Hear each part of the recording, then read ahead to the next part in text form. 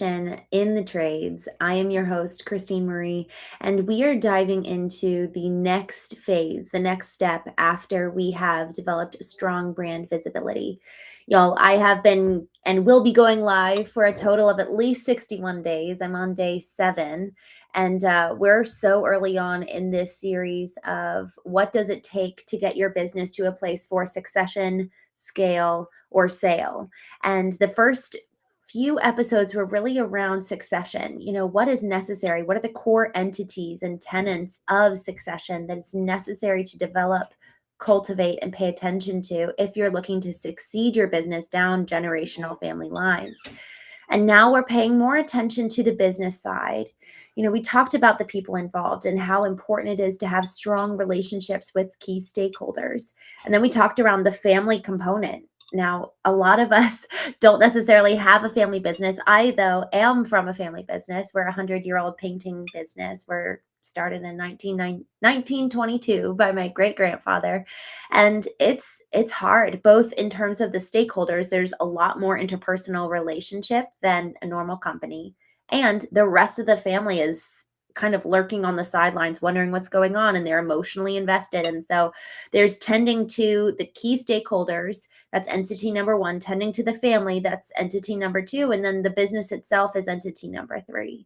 And so even if your business is not necessarily, in terms of the stakeholders, is not involving true family members and the family of the owners, we all have family we go back to.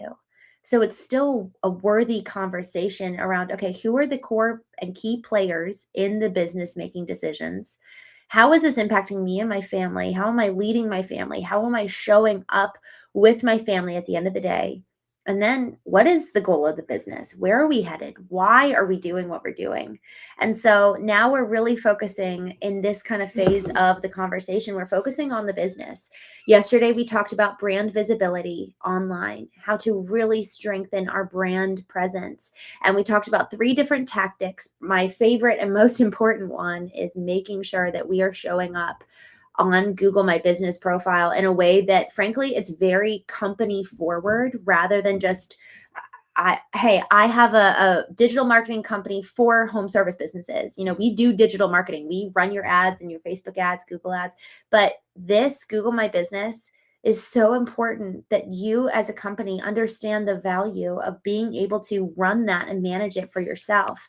Because otherwise, offboarding that to a vendor, man, it really strips you of the potential and potency, both of them, the potential and the potency for you to really train Google's algorithm on where you serve, how you serve, really your geographical footprint. Because the more your team is posting live from the home that they're servicing, Frederick, Maryland, or Germantown, Maryland, that shows a good little radius of difference, much more so serving New Jersey and down to Fredericksburg, Virginia. And then on Google Maps, it says, hey, we serve this whole area.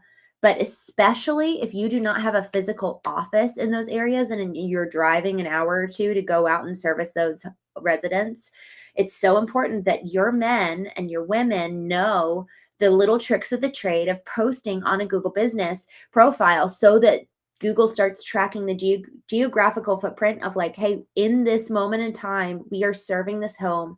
And so it's kind of like a mini blog post or a mini social media post. They're taking a picture, uploading it with a little caption. But the most important thing in that process is that it's not just time stamped, but it's location stamped by Google. And Google can see that Joe Smith was at Mary and Joe's house at 7 a.m. in Frederick, Maryland on Saturday. And he was physically at that house. So we talked about that yesterday. Now I want to talk about, okay, so we've done the branding work. People are finding us. They're resonating with the emotion-driven, value-driven messaging. They click on our ad. My alarm is going off. Please excuse me. They click on our ad. What happens next? And so what happens next is really what I want to talk about tonight. Marketing for local businesses, specifically the strategy on site. On-site strategy is so important for us to consider because a lot of times I will go and visit websites where they are not adhering to any of these three things that we're going to talk about tonight. And so, one of the things that I love offering is just free marketing consultation. My co-founder Leandra, she's wonderful, and we both just take a look at websites as just for free, just to see the state and offer advice. Because here's the thing: if you're paying all this money to drive leads and drive people to the website, but then the website isn't optimized and optimized by meaning, man, is it to its greatest potential? Is it actually strengthened? Is it actually written in a way that really guides people on what action to take next? And we'll go through kind of some core principles here, but the quality of the website is so important, especially when you're paying ad dollars to drive people there.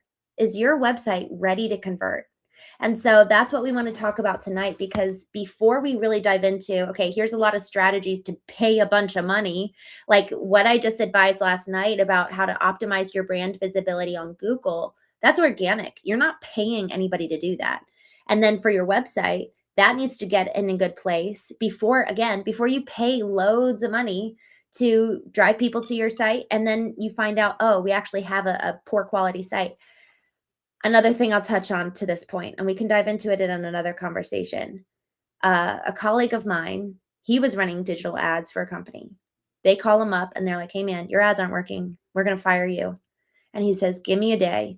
He goes and he looks at all of the call records, because what their team was doing, and what most companies do if they're a good digital marketing vendor, is that after they send the lead your way, they'll listen to the phone call and the conversation that takes place. And so what they did was they went and they actually paid attention to the call logs of the leads that they were sending, which is like, man, if that's not somebody who's confident in their work, I don't know what is. But they listened to the conversations. They paid attention to the entire process. And y'all, it was fundamentally flawed. People were picking up hello. The call center was really needing some work. So it wasn't that the poor quality leads were coming. Actually, they were driving great leads, but the conversion process of the call center, turning them from a call into a real appointment, that needed a lot of work. So this is why the quality checks of the customer experience every step along the way is so incredibly important. We talked about this 2 nights ago. What constitutes a strong brand to begin with? Do they have strong values? What's the experience of the customer? And then what's the emotional experience that the customer is having? For one of our clients, so we drive a whole bunch of leads to you, and one of the things that we did, similar to my friend, we actually went and listened to the calls. And one of the things that I found, and I'm sitting there literally physically listening to phone calls, and what I found was that for one territory, it was a brand new territory. I went in and I was paying attention to the times that people were calling, and then also what happened after they gave us a ring. And what I found was that not just was there one voice message, there were two voice messages. So a lead would have to listen to 30 seconds of somebody saying, "Hi, welcome to such and such business. We're not available to take your call. Please leave a voice message and we'll get back to you as soon as we can. Beep. Hi, thank you so much for calling." And it sounded so phony. And also by the time, oh, I can tell I'm frozen. Okay, I'm back. I could see that I froze there.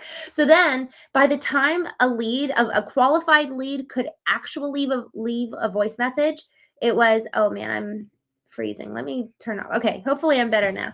So by the time a qualified lead could actually leave a voice message, it had been 43 seconds. And of course, it wasn't just a bad lead problem. That wasn't it. It was an abandonment problem. People were calling, waiting and waiting, and then finally hanging up and calling the next competitor. So before we go spend money, pay attention to what is the experience the customer is having. And once you really get this experience really, really solid, now it's time to pump money into the engine. But first, we've got to really make sure that the engine is well oiled, that we've got the wheels on right, that we can actually drive better and better. And then now let's put some gas to it. So first and foremost, the first thing I want everyone to consider when a lead lands on the website is who? Who is the hero? And what I mean by that is when you look at your website and really truly pull up your website, look at it with fresh eyes, pretend you're the customer, This is the power of being able to empathize with your customer. Put yourself in the customer's position. Pretend you're the customer. You've got the customer's problem. Look at your website. How much of your website is talking about you versus talking about them? Who is the hero? Are you coming in as the hero, or are you coming in as the guide? There's a very well-known story, kind of story brand, it's actually called story brand, but story branding type of teaching out there that talks effectively about put yourself as Gandalf and them as Frodo. You are not the hero of this website. Your customer is. So if your customer does not see themselves immediately, identify instantly, you're likely going to have somebody bounce off your website. If it's all about you and it feels a little bit egotistical, then somebody's not going to find themselves there, and then they're going to go off to find somebody who really gets them. So number one, who is the hero? Number two, what is the transformation? How are you bringing them from A to Z? What is the arc of the story? Again, it's storytelling. How are you? Okay, here's the hero. This is you coming in here at this problem A, and we're going to bring you all the way here to Z. And man, it is going to feel so different than where you feel today. So it's not just we're going to make your home better with this service. We're going to fix your toilet, but it's man, that frustration, that emotion that is compelling them to reach out to you, the angst that's there. Y'all, I have had this personally happen. I was staying at someone's house and I went downstairs and somebody had used the toilet before me, didn't flush it. So I flushed it. Normal, very normal behavior. All of a sudden, the toilet is literally overflowing, flooding down in the like literally sopping carpet outside. And instantly, it's like shooting out of the toilet. And the person who went before me, it wasn't just simple pee. And so it was just horrifying. It was, and I like yelled to the guy who was upstairs. I was like, Henry, come down. And he like came running down, and y'all, it was insane. Anyways, I know what it's like to then call a plumber, or at that point call a restoration company, because it was so horrifying.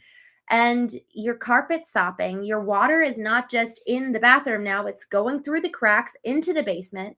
So being able to understand the emotion of where the customer is coming from and how awful their experience is, depending on what service you're providing, even if it's not a crisis service. Let's say it's somebody who simply wants painting. Our family business, we've got a ton of painting clients, both in residential and commercial. So what is the emotional state of so this is where it gets nuanced. What's the emotional state of the homeowner and the emotional state of the commercial? And that's the thing too, is that a lot of times it's general contractors that we're working with. So if you're coming from a local service business and you both serve business and customers, y'all, for the home service business for our family, I helped my dad, and we completely redid the website, and I led my team in doing that. We created 2 separate websites for him because the audiences are so drastically different. Rather than convoluting our message and convoluting the transformation, it's like, no, the transformation we provide for a homeowner is different than a general contractor. They have very, very different needs. The general contractor wants time, efficiency, lack of, like they want it done perfectly, in and out, you never see us. Whereas a homeowner, man, that's their greatest asset. How much of the time do they actually want to be walked through the process and be actually involved? So there's very different needs, very different types of emotional transformation, perhaps very similar outcomes.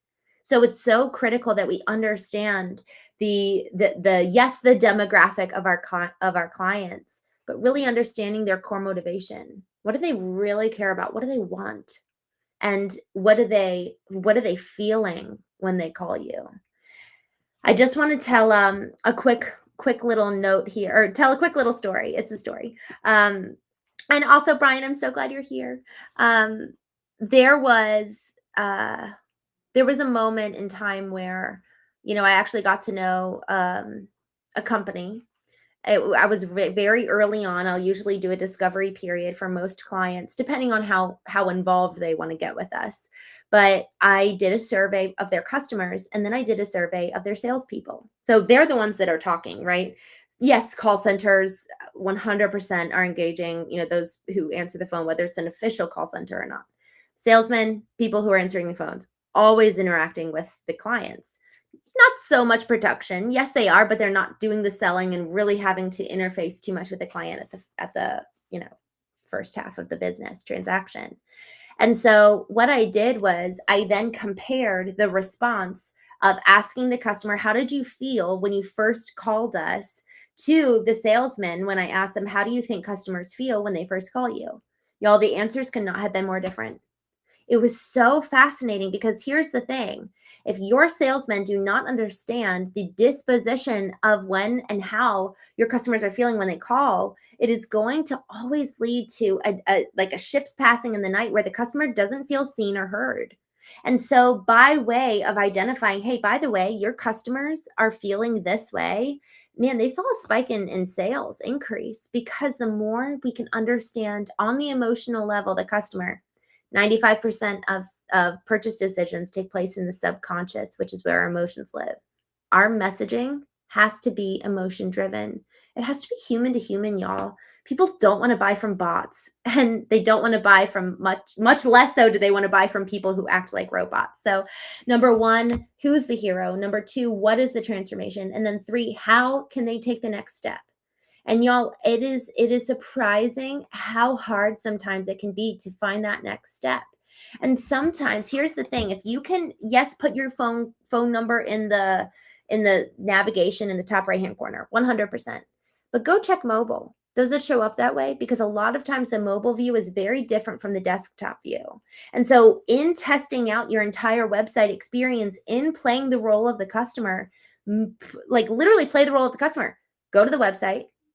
Actually, first, back up, put in the name of your website, go to a friend or go to somebody else who hasn't researched your business. Go to a stranger and say, hey, do you mind? I know that this is strange. Like, go to somebody in Starbucks. I'd be so happy to do this with you. Do you mind looking up the name of my business? And see what comes up in search results. Click on it, and then see what the mobile experience is like.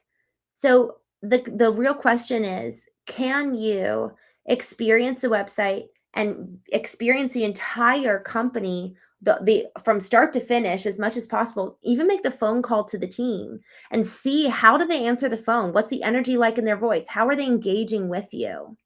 And then, would you want to buy from you? And y'all, that's a pretty hard question. I was meeting with my dad today about the family business, and he was talking about that. What makes us different? And we just have to remind ourselves over and over again. That's why taking our values and reinstilling it in us consistently is so important, to really drill down why we're doing what we're doing and what makes us different. How are we going to thrill and delight people? So with that, thank you all so much for joining me tonight. Feel free to reach out anytime at Foundation First Marketing. Would love to connect with you, review your marketing. And in the meantime, have a wonderful evening.